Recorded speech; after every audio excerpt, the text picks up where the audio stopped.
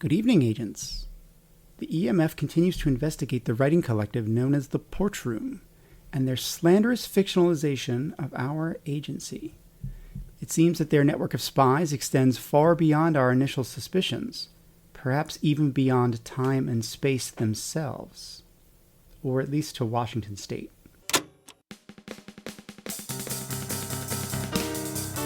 Mission Rejected, the story of the world's most unlikely podcasters, the Porch Room.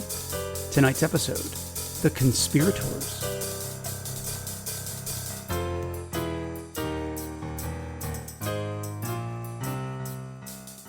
All right, welcome everybody to our Season 4 behind the scenes episode. We're going to have a real serious and profound discussion about the art of audio fiction here, and I'm so pleased to be joined by my colleagues from the Porch Room, Pete and John. Pete, why don't you say hello? How's it going? That's all you get. That's my whole intro. And John, good evening. Good evening, world, and assorted guests of note and import. Yeah, I would say at this point, if you're listening to the Season 4, our fourth behind-the-scenes episode, and you need deep introductions from John, Pete, and I, go back and listen to the Season 1 behind-the-scenes episode. And the rest of the show while you're at it. We are so pleased to be joined by two friends, fellow podcasters, and very recognizable voices. Both had multiple guest starring roles on Mission Rejected this season. First up from a Ninth World Journal, it's David S. Deere. Hello, David. Hello. It's really great to be here. I feel like I have to say that. Hello, Pittsburgh and New York. Or Philadelphia. Whoops. That was a big whoops. Wait, can they hear us in Pittsburgh? Pittsburgh. And you know her and love her as Dr. Pickle, but her own show is Oz9. Say hello to Shannon Perry. Hiya. Well, what more needs to be said? Sorry, I got nothing. Well, we've all been doing our shows for roughly the same amount of time. David and Shannon started a little bit before Mission Rejected, and we definitely they were both shows that we latched onto early on when we were starting our enterprise. So I can remember listening to both shows when we were in pre-production and thinking, yeah, this is the kind of stuff that we want to be aspiring to. So it's a real pleasure that we have now had the chance to work together and become friends. It's been one of the real perks of having Mission Rejected and being a part of this great audio fiction community. So thank you so much. Thanks. I'd say it's more play than work here, I think. I don't know. I'll turn it over to Pete and John for a moment. Mission Rejected for me is never not fun, and it's never not the best thing I've got going on at any given moment. But for the first time in the 4 years, at some point in the middle of the season, I went, "Oh, this is really hard." It started to feel harder than it had been.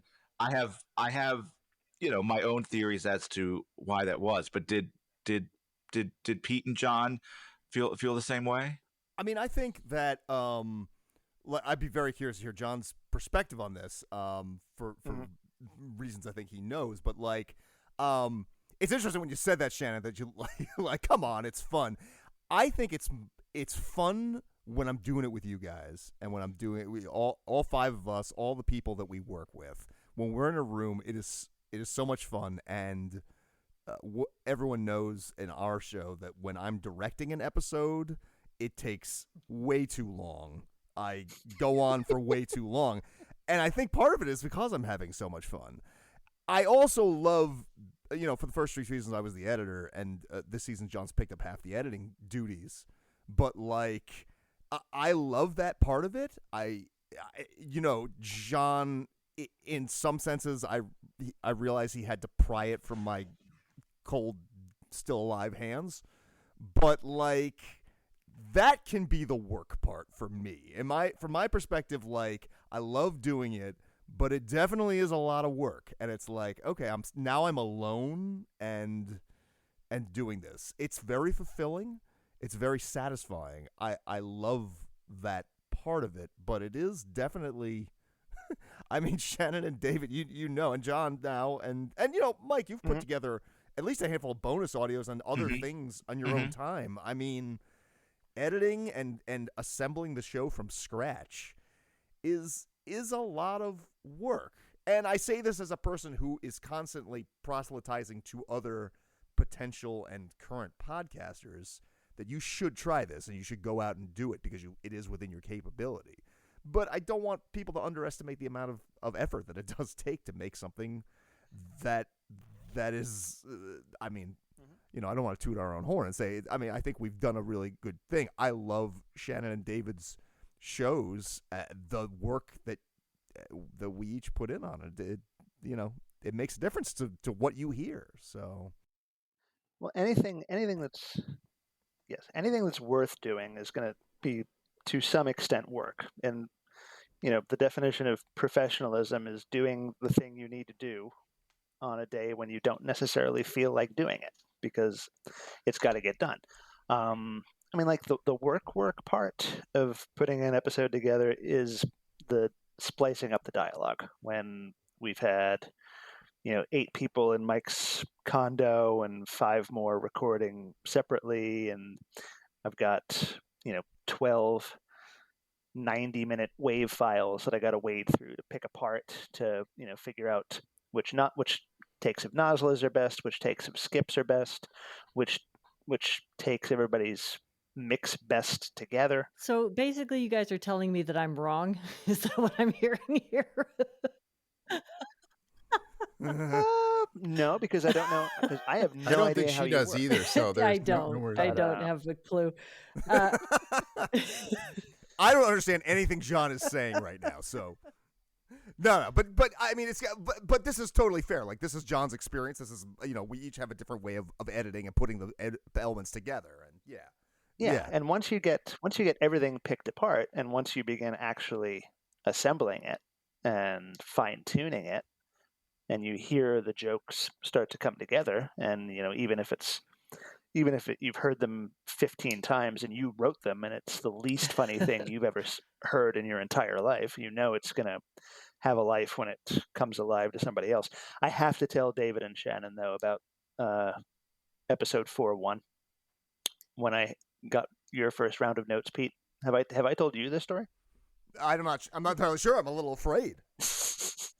Season 4, episode 1 was the first full episode I edited, and I started early. I started as soon as I had all the WAV files, I put everything aside. I just hacked them all apart. I put together a cut, and I wanted to give myself as much time. But I thought the first cut came out pretty good, and I dropped it up in the Google Drive and sent the link to Mike and Pete. And a day or so later, I get an email from Pete, and it says, "All right, so it sounds really good. Good start. I have a couple of comments." I copy the comments out of the email and drop them into Word so I can mark them off as I go. They come to 5 single-spaced pages. I'm working through them, and the final comment on the 5th single-spaced page is, "Okay, that's the first 10 minutes. Holy cow. Yep. I'll get you more comments when I've had time to listen to the rest." I am a harsh mistress. But all of your comments were completely correct, and I like to That's think right. I like to think that you had less notes for me as this season went on, but I don't know if it's specifically true. I think because you generally have a lot of notes, especially when it's the reason it takes so long when you direct it is because you have a very, very, very clear idea of what you want. Whereas I have a ballpark, and if they land in the ballpark, I'm content. But you have a very clear vision, and not that that's a bad thing, but you know what you want, and you're gonna work it until it sounds exactly like it was in your head. That is the nicest way of putting a domineering, controlling personality. answer that. But yeah, David, I really want to hear you and Shannon talk about your process as well. So yeah, go ahead. No, that's all right. What I was going to say is interesting hearing John talk about that, because you being such a meticulous and detail-oriented director, I've worked with directors on staged plays where they had all the blocking already spec'd out completely before you even got to the table read. I mean, they were that meticulous and they had that precise of a vision, where I've worked with other directors that were, oh, well, let's just go ahead and scrap all the blocking and we're going to redo this part of the set. And you're, a third of the way through the rehearsals before tech. But I think it's not a right or wrong way. I think it's just that creative process really at work and how people feel the most creative. I mean, like Shannon, you're very much just kind of a fly by the seat of your pants. And I think when you're given really specific granular details that, you need to adhere to, I just don't think you thrive in that environment. So I think it's interesting. It's so interesting to see how, diverse the creative process is when it comes from different people and what really works for them, what really doesn't. It's not all right brain all day long for everybody. So I want to ask our solo practitioners, David and Shannon, Mission Rejected is... How the hell do you do it? No, go ahead. So just purely from a writing standpoint, every episode of Mission Rejected is the work of an individual and the group at the same time, because we all submit our scripts to notes from the writing team. And so by the writing team, I mean the three of us, as well as Paige Klaniecki, who also plays Gloria, but has been a regular contributor to the writing staff since the second season, and is one of the best note givers like in the business. Really can like get to the heart of something in a way that is like, oh, right, that's what I meant. So it is obviously a real boon to have that support, and you can always, I think at any given time on any script, any one of us had said, yeah, I see that you all said this, but I'm keeping this joke because it tickles me, or whatever, right? Right. But for the most part, the notes are incredibly helpful. Even if you're like, oh, I really like this bit, to go, yeah, you know what? I can hear exactly what they're saying. It's going to slow things down, or it's a little out of character. Or twice this year, and I because Pete and I have been writing partners, we've written things together for 20 years. We're often very in sync. But twice this year, Pete gave me these notes, and I called them, and I was like, how are you not seeing what I've written? Because you're telling me to do exactly what I think this scene is doing. And he's gone, I'm not seeing that. So it's, it's helpful to have that space. So on the flip side, how do you sort of manage bouncing ideas, or do you show anyone your scripts before you send them out? Or is it just you're the true auteur, and when it's right for you, you send it out to your casts? I know Oz9 does table reads, and that can sometimes result in revision, but I'm really curious about both of your processes. So I don't as far as the writing goes, it's usually just me, and I feel like I could probably hugely benefit from an editor, but I'm very thin-skinned. I recently sent a film script off to a professional reader to give me some notes, and basically I could have spent that $200 on sugar-free gummy bears and gotten the same experience. It was a little like being flayed alive, but it was also really good for me. So I could probably benefit from an editor, quite frankly. I envy you guys' ability to work together so seamlessly and to remain friends, quite frankly. I think that's incredibly impressive. I think it's hard to work together. It's hard to give up the creative control and all that stuff. But yeah, so in terms of like when the product is done, it's really it for me, it's basically a product of time. Like I'll push the deadline until I can't push it any further, and then I have 35 minutes until the read through, and I've that's it. That's pretty much my process. I rely on external pressure to get it done. And to be honest, I don't know if I could do it if it weren't the podcast, because there's something about hearing Bonnie's voice and my brother Eric's voice and David's voice and all those people's voices in my heads in my heads. I only have one in my head. As far as you know, would I have chosen this one if I had more? There's something about hearing their voices in my head that makes the writing part easier. At times, it really does feel like I'm just sitting back and listening to the cast kind of riff and taking notes. So, David, what about you? Oh, as far as the process goes, I rely on my multiple personalities to do that, because there's the first draft, which is a really kind of it's very stream of consciousness kind of thing, even though you have a framework of where you want the episode to go or where you want the season to go and how the episode contributes to that.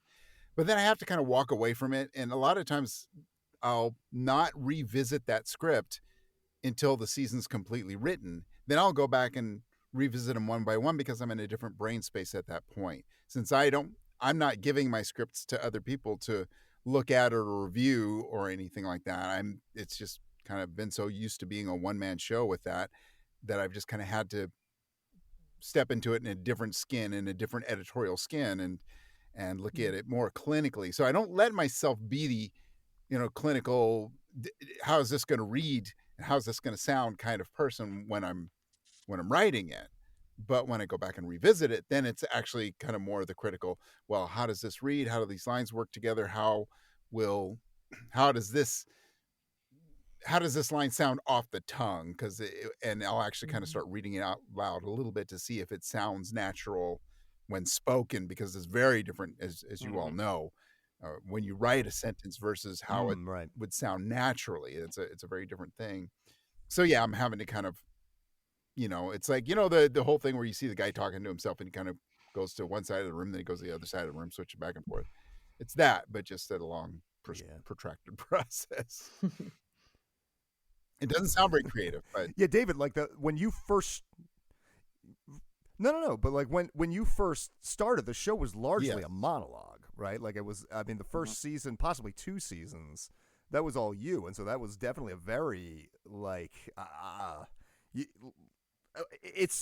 I remember being hooked by your show from episode 1, just the concept and the story and the character and your voice, frankly, and like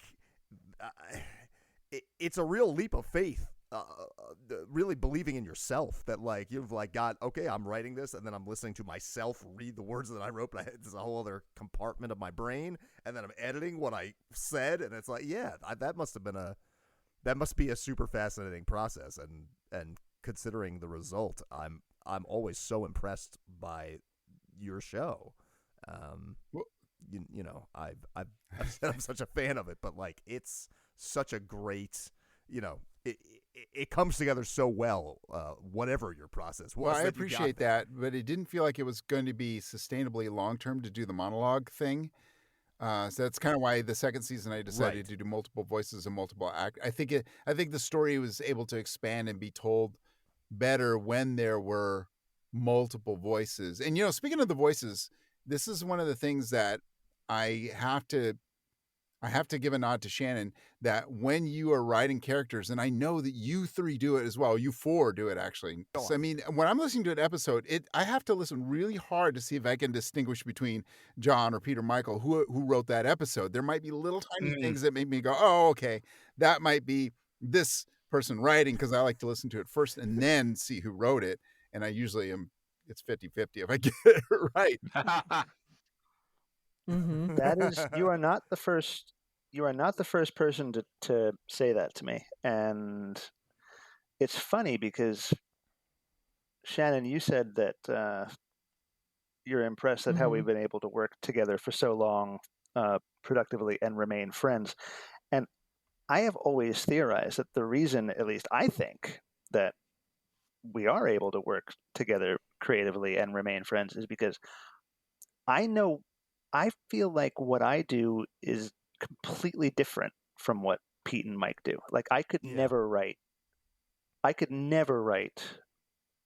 one of Pete's originals. like outside of Mission Rejected. I've read, a lot of things that Pete's written.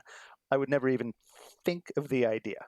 And the same And with it's Mike's vice versa, right? stuff. For sure. I think for so. sure. Yeah, absolutely, vice versa. So it's funny that we have managed to come up with something that feels like us as a group. And I think it's because when Mike or Pete give me a note, I'm completely unprecious about it. I'm just like, oh, okay. Well, I know what I do, but I also know what they do. And if we're going to make this thing better than just one of us working on it, then we need to, trust in each other and go with the notes that we all agree make it the best possible thing. Speaking of David's voice, though, real quick, I absolutely wanted to get this in before my time is up. So, David, when you first recorded Terry Millionaire this year, and you sent Mike the wave, I get a text. I was editing that episode, and I get a text. David's wave is in the folder. He has decided Terry Millionaire is Frank Langella. I cannot begin to tell you the wave of excitement that washed over me because I get to hear David S. Deer's Frank Langella. We're dropping everything and we're downloading this thing right now. I hope I didn't disappoint. Oh, good. It did not disappoint. It did not. I digress. Thank you. David was about to say something. God, what was the question? I don't remember. I can find it. The question was when you talk, because I'm Shannon, you said you were thick skinned, and then John, you said that Thin skinned. they give you notes and you're thin skinned. Thank you. And John, you give notes. You'll get notes from Michael or Pete and be like, okay. So is it because you're so collaborative in this work? So if it was your own piece, or did you experience this with any of your own pieces where you are a little bit more sensitive to the criticism? Once or twice I get a note and I'm like, grumble. I like that joke. But then you step away and you think about it.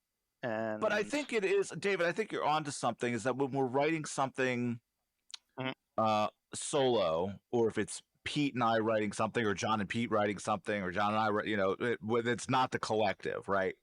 I don't want to say that the notes count a little less, but the notes count a little less. Like I deeply respect their input on my solo work, but because it's that whatever that's going to be is my vision, I might be a little more precious or a little more protective, and maybe not take it, because I could see like Pete giving me a really great note on a play, and I said, oh, but if I take that note, now that's a Pete Barry moment, right? Like it's like it, and it would be great, and it would be funny, or it'd be weird or powerful, but it's not me. It's not what I had in my head, and I probably would set it aside. But here we're working towards a collective goal in a world that the three of us created equally, and so it is very much like, oh yeah, no, that's you're right, we should give that line to Bowden so that Skip could do this and that. Yes, okay, all right, I'm going to lose my 100th David Lynch joke, but that's okay.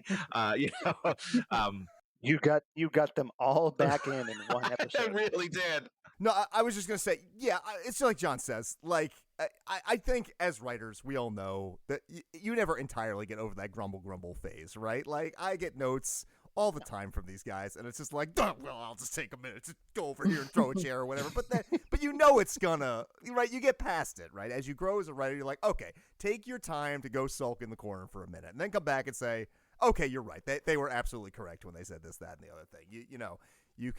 You get past your initial emotional reaction, and usually, that is a tiny percentage of the notes I get. Usually, I'll see a note and be like, "Oh yeah, absolutely." It also depends on how strongly I felt when I finished the script. There are some scripts I have finished. I'm looking at you, Murder Mystery 309, where I got done and I'm like, I have no idea if this is gonna work or not. So I need you guys to tell me if this is working or is this not working, and just give me the notes. So yeah, it also depends on how solid I feel about a thing. But then, every single script, someone will give me a note and it'll be like, okay, yeah, you'll always be in the position of, you're so right about that note. I know if I pull on that thread, it's going to unravel a lot of things. So can I tie this up and figure it out? Or do I have to pull that thread and make the whole script stronger from scratch? I guess I do. So, just because, you can never be, well, I mean, maybe people can get it completely immune to the pain of criticism, but like, it's just part of growing as an artist, and we remain friends forever. That may soften the blow itself. Yeah. Well, John, I know that you're short on time this evening, so I want to give you an opportunity to just have the floor for a moment, reflect on season 4 or audio fiction, this little enterprise of ours more broadly, before you say goodnight.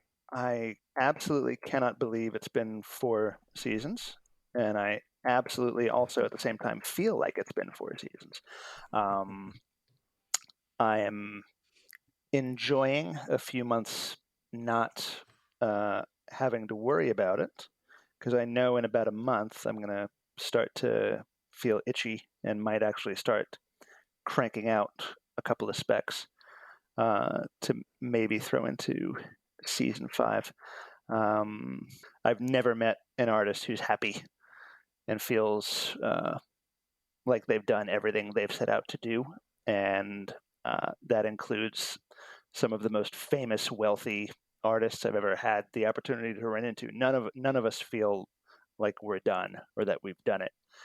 But when I look at this, like you said, Mike, there's never really a moment that it's not artistically the best thing we got going on. Like, I think it was this season we got one of the greatest compliments I ever got as a writer. We have a super fan in the Philippines who named their cat after my character. There is a cat named Dr. Studebaker somewhere in the Philippines. And if I do get down, like working on this non-mission rejected script that I'm looking at, which ends draft 9_C. Every writer on earth will know that feeling. When I look at that and feel like I just can't do it anymore, I remember that there is a cat somewhere in the world who says otherwise. John, I think it's time for you to go to bed. Good evening, everyone. Tell Paige I said hello when she shows up. And thanks for a great season. We'll see you. We'll wake you up when it's time for season 5. Let's do it again. Can I ask a question next, Mike? Please. Of everyone. Shannon, David, Mike, how are we doing? We've been at this for like 5 years apiece now. How are we doing? A little stunned, I think. We, like so many people, I think we started out just saying, we're just going to do this for fun. This is just going to be a fun thing that we do for ourselves, And then suddenly people are listening that we're not like related by blood to. So that was a surprise. What you create, I think, invariably ends up being something different than what you set out to create.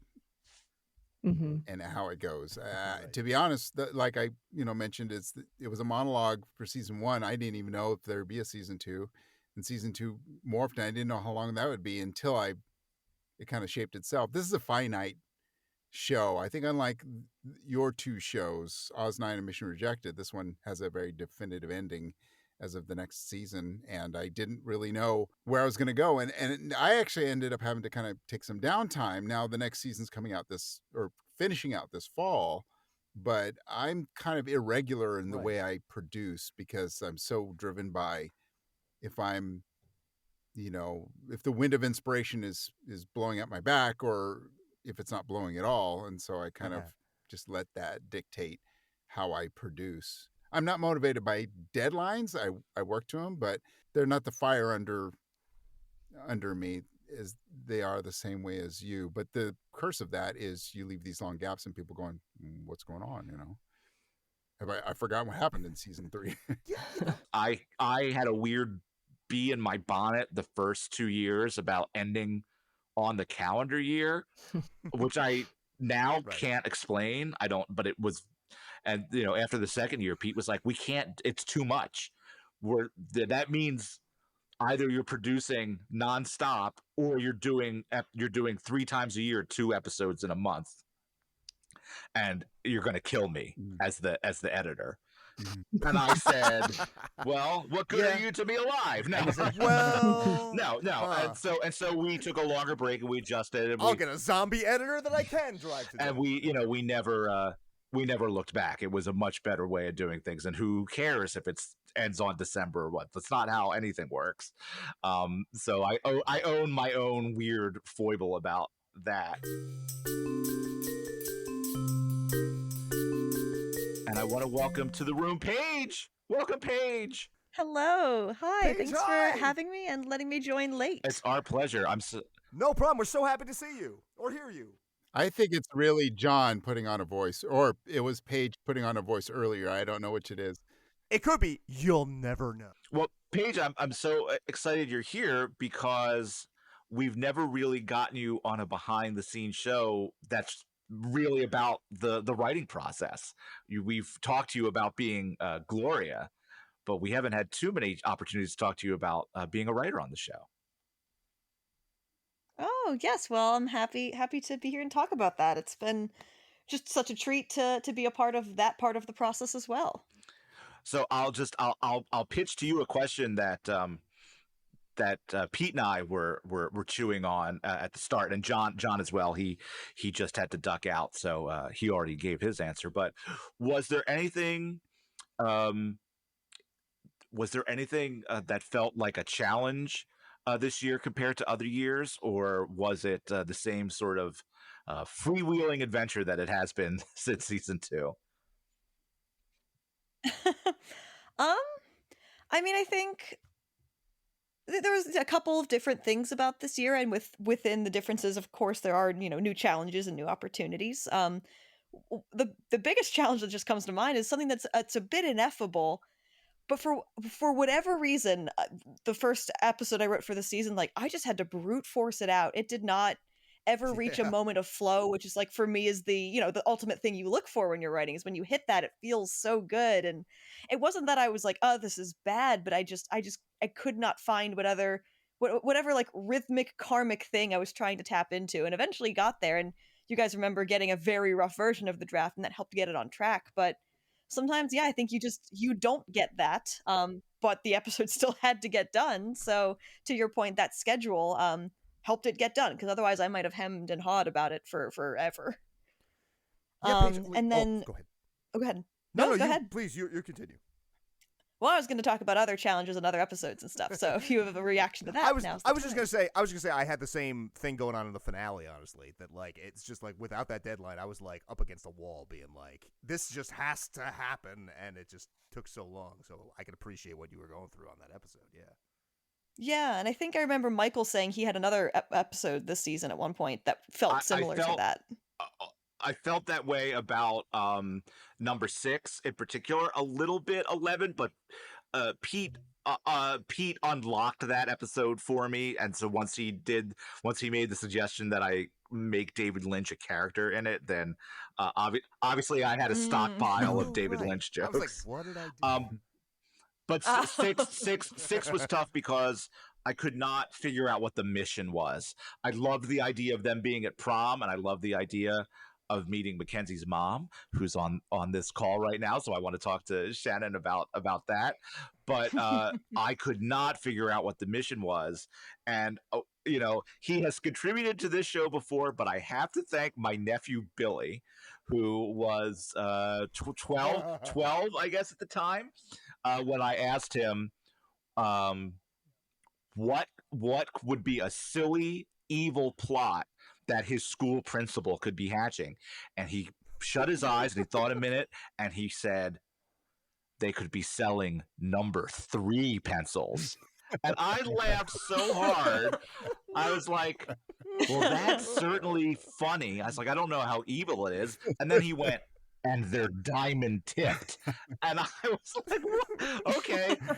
And Nailed it. I remember I told Pete that, and again, eventually Pete was like, "Go back to that. Like the pencil idea is the funniest thing of all the things we've come up really with." is. And there was Also, Chris's like reading of that line. Skip like, these are diamond tip number 3 pencils. Like Skip can't stand that they're number 3 pencils. You can't take the No, PSSAs with them. They your won't be Scantron read by the wouldn't accept Scantron. That's interesting, Michael, because I think you said like, you know, you knew where you wanted them to be, and like you knew some characters, but didn't have necessarily like the crux or the conflict of the episode sorted out. And like I think that was maybe the issue with episode 2, which is the one I was saying I was having trouble with. I knew it needed to be a treasure hunt because that had been a request after allegedly I suggested it after several drinks. I don't remember suggesting it, but that was on the docket to do. And I was like, okay, a treasure hunt. What is the conflict here? And so I was trying to like build the story without that. And I think that's maybe why it never hit that point of just flowing. And you need to have that to drive, you know, characters to make decisions, drive the plot. And so that's maybe, why it was just a harder one to get to find that rhythmic flow. Yeah, I definitely understand that. I think that sometimes it's Pete and I were actually just talking the other day about like how many times have we thought of the mission first, or as opposed to the trappings or the idea of a character first. And I think for me, sort of post season 1, I lean towards the latter, that I have a scenario that I want to put them in, but I don't always have the mission, and I promise to work harder on that in season 5. That's almost always my method as well, just for this and also for other non-mission rejected writing projects. Like I have told many people that I think plot is sometimes my weak point, but like the world building, the characters, like that's the fun stuff. And so it often comes second, and maybe is the thing that I also need to work on. David and Shannon, do you have pitfalls or blocks that you know that you have when you are working on your respective shows that you endeavor to overcome, whether we do or not? David, you can lead this one off. Right now I'm dealing with one in the second episode of the final season I'm writing. Sorry to say this, Shannon, but it's with your character. It's no reflection on you, of course. Oh dear. No, so it's of just course like, because a lot of times for when you've got a show that's serialized, like this one is, or has become, some of the episodes are vehicles to drive the plot forward. So you have to kind of make the episode have a story within itself without just being this kind of interstitial episode that doesn't really do anything but serve an entire story, but it just doesn't do anything in and of itself. So trying to avoid that, the serialization, that is a danger, it feels like to me, where you get in that trap of like, okay, I don't want to just put a bunch of words here and fill it so I can drive to the next plot point. I need stuff within this particular episode. And that's a challenge where I am right now, and where I've faced throughout telling this story. Yeah, my biggest problem has always been conflict. I don't like it in real life, and I find it hard to write it. So things tend to get resolved really quickly, and bad guys turn into good guys a lot.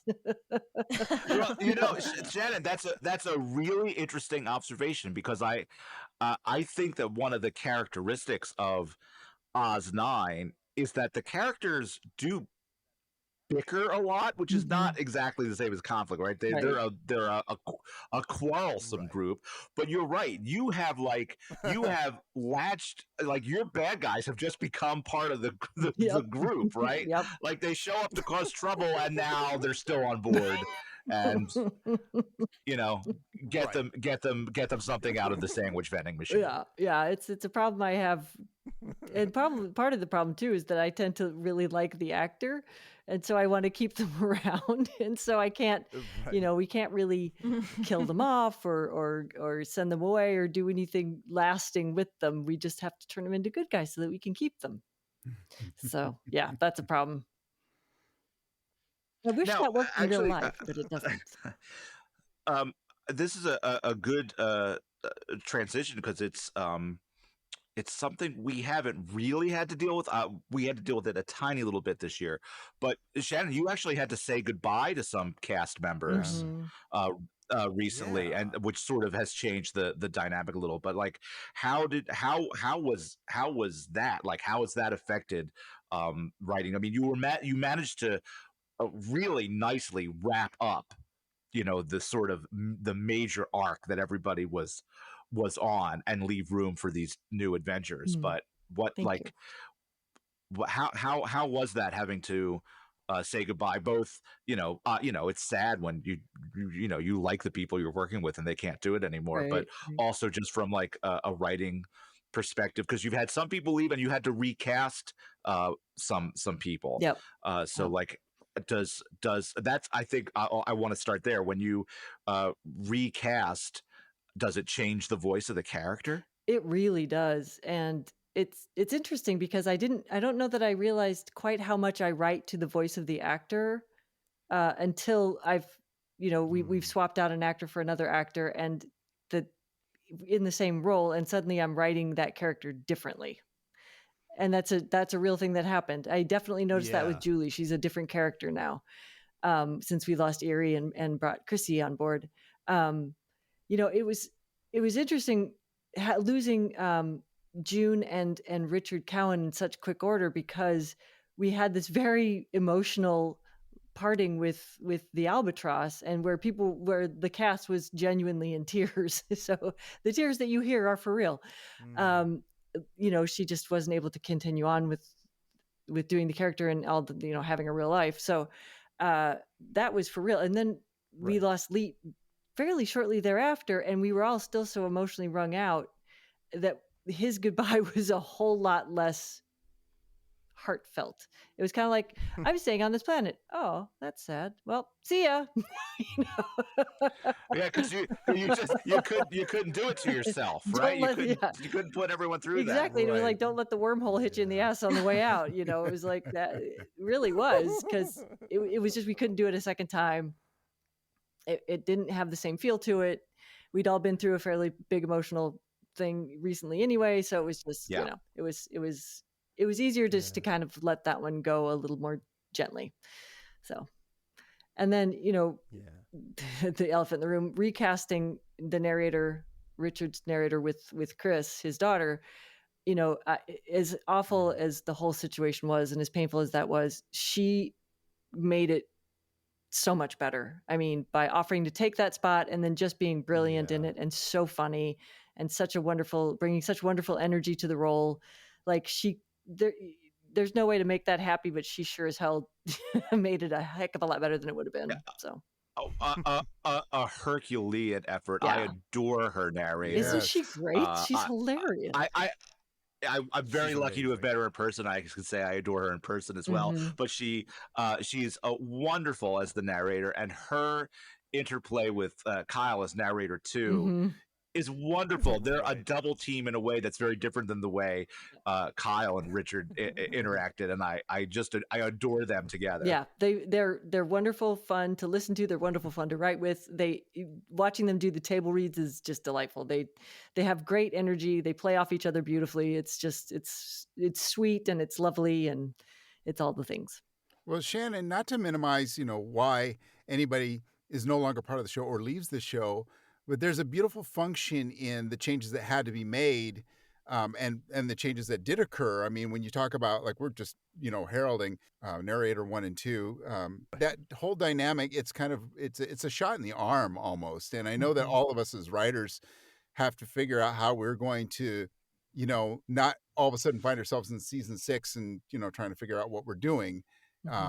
time after time, because you know how we watch television shows and we're like, why didn't they just hang it up after season 7 Simpsons? Oh, I didn't, did I? Right. There's so I think when those things happen, they do us favors in a way, and we can kind of revitalize and zhuzh up what we can do with our stories. So I think that to me, it's like there are gifts in having Chris and Chrissy and for sure villains and Sarah Ray Warner. I was just about to go there. I mean, what a glorious thing.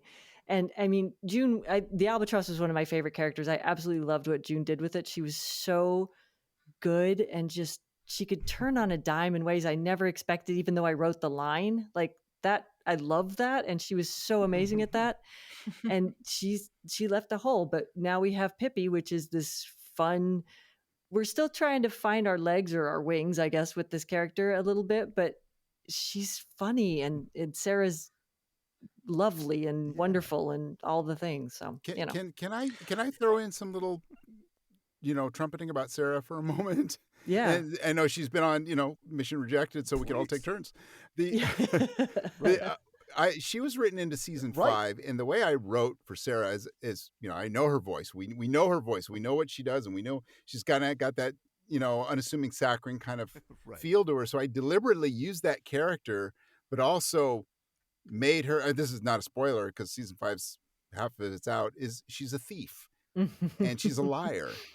And she's got these, but she's just kind of got that disarming charm. And I thought, I'm going to just employ that and use it. And of course, she just makes it work so brilliantly. I told Sarah, awesome. Like, your Pat's power is her niceness, and the scarier she gets, the nicer she gets. Like, she can weaponize her niceness. I just thought it was a thing that only Sarah could really do in that Sarah way. And she's been a real asset to all 3 of our shows. She's just, and it's what's great is that we get to become, over these years, we become friends with everybody, and like, everybody gets to work together. That is the play. That is the fun, right? It's been such a joy. We all act on the shows that we write for. So do you?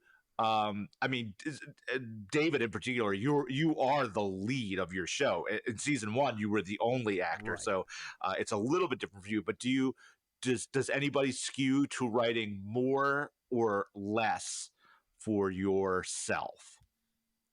Less. Yeah. I'm not writing in my own voice, and I don't know that I know how. And I listen.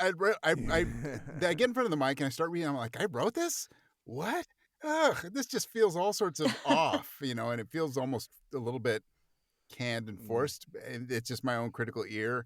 So I'm leaning on everybody else's contrasting, beautiful performances that they give to make it not sound so shuddery. I think I enjoy more the characters I'm not playing. Madeline and Olivia both serve a particular purpose in the cast. Like, occasionally Madeline has to kind of captain, and Olivia has to sort of guide action.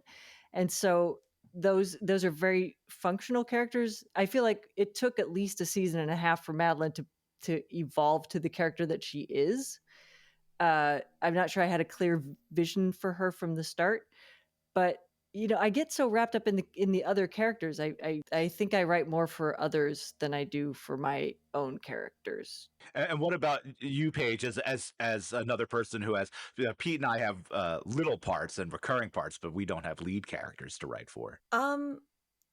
Yeah, I think I skew away from writing Gloria. Yeah, I think I do. I think for the style of comedy, like, I guess I feel like I understand the others a little bit better, or that it feels like it comes a bit more naturally. Like, I think there's by nature of having to be Gloria, I feel like there also has to be a degree of separation, because it is a character, it is not me. And so when I'm in the writing process, I'm not writing me doing it. I'm writing a character that's not me, and also is not one I've heard. It's one it's not someone I can listen to Chris do his line a million times. I don't listen to myself do my line a million times because I'm saying it. So I don't know if that makes sense, but I do. Yeah, I guess I don't feel like it comes quite as naturally as some of the other characters. We all kind of feel that I don't want to give myself all the really good lines, There's a little bit of hesitation yeah. I think that's part of it too. Well, so for Pete and Michael and John, who is in the ether,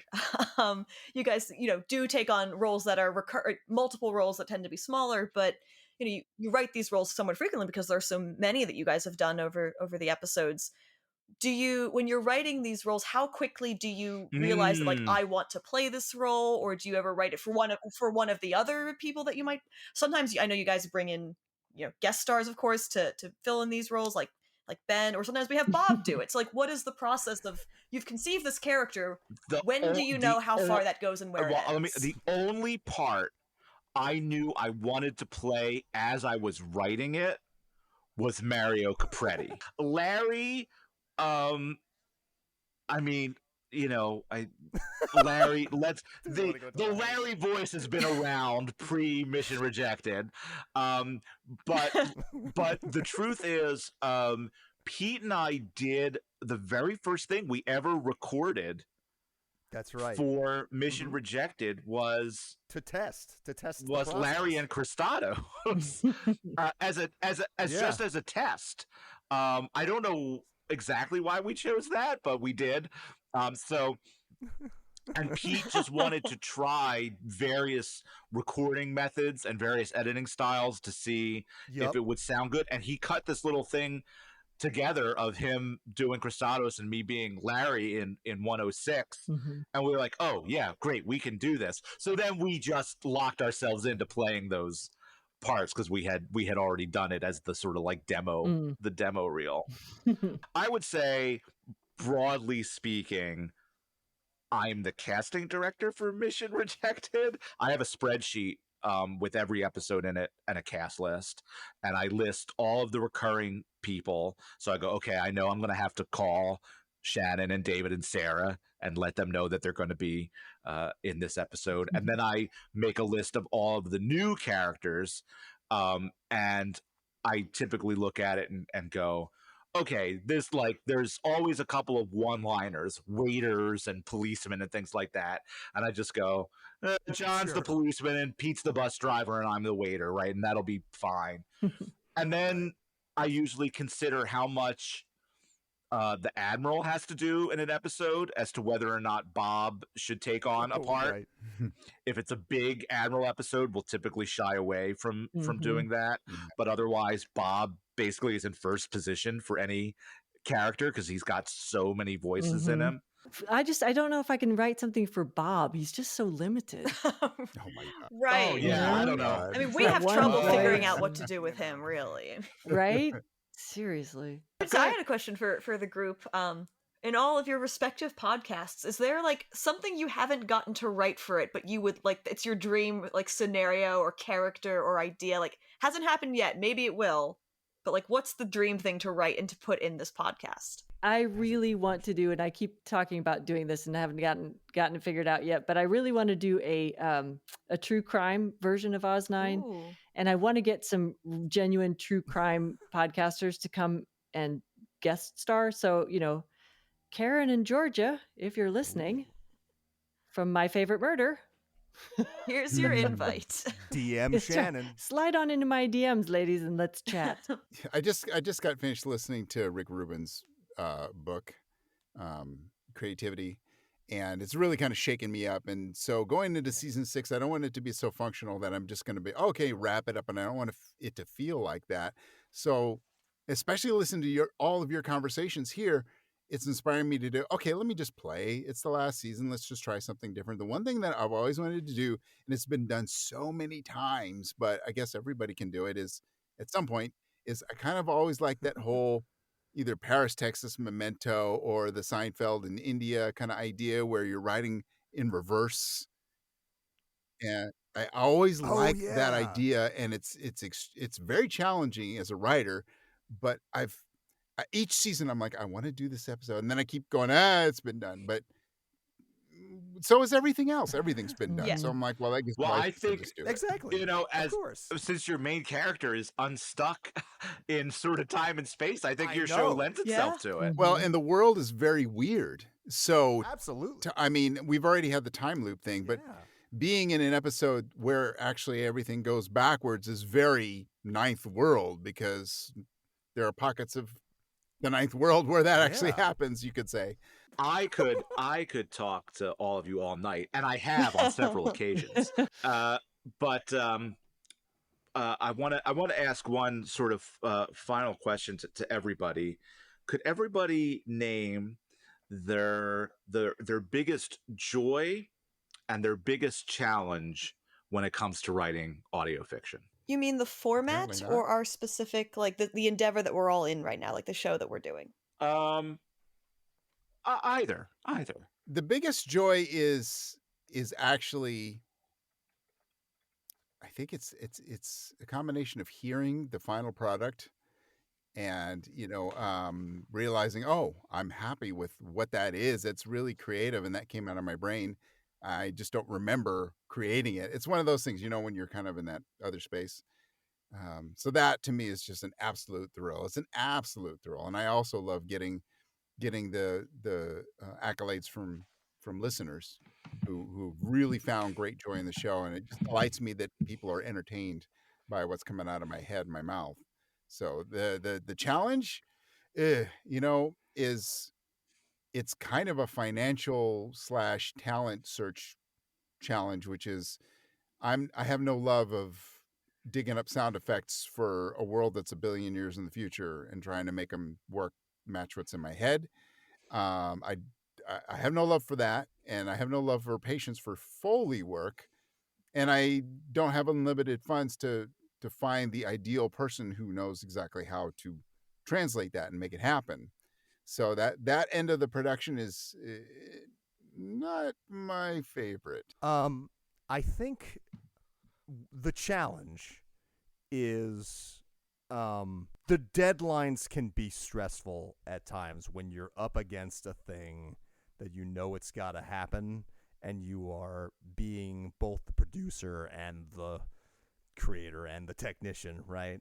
That's three things that you are both. But, it's exhilarating, but it can make you tear your hair out a little bit. The joy is maybe a little big for me, but I'll say it this way. When I was about 8 years old, my friends and I got together in my friend's driveway with an old, I think it was a film video, not a video camera, but a film, one of those A old Super film 8? cameras, and a little tape deck, and we made a scene from a movie called Political Trouble, which was almost entirely stolen from the TV show Benson, and had some jokes that, frankly, I still think hold up to this day.